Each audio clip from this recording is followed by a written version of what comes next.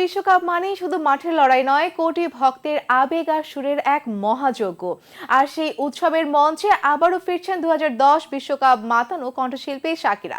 দীর্ঘ 16 বছর পর ফুটবল ভক্তদের হৃদয়ে নতুন ঝড় তুলতে এবার তার সঙ্গে যোগ দিয়েছেন আফ্রোবিটস সেনসেশন বার্না বয়।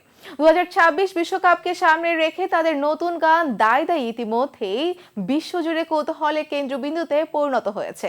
ওয়াকা ওয়াকার জাদু কি আবারও ফিরবে, সেই অপেক্ষাতেই এখন ফুটবল দুনিয়া।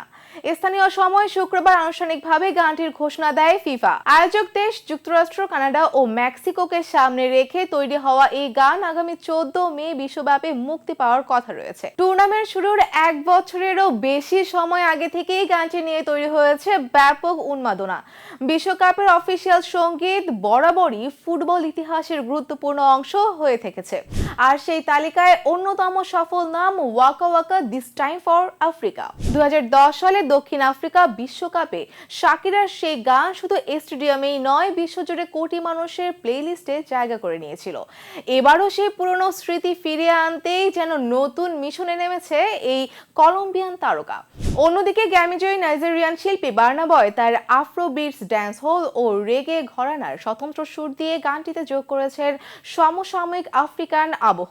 আয়োজকদের মতে 2026 বিশ্বকাপের বহু সাংস্কৃতিক চেতনাকে তুলে ধরতেই এই দুই তারকাকে একই মঞ্চে আনা হয়েছে।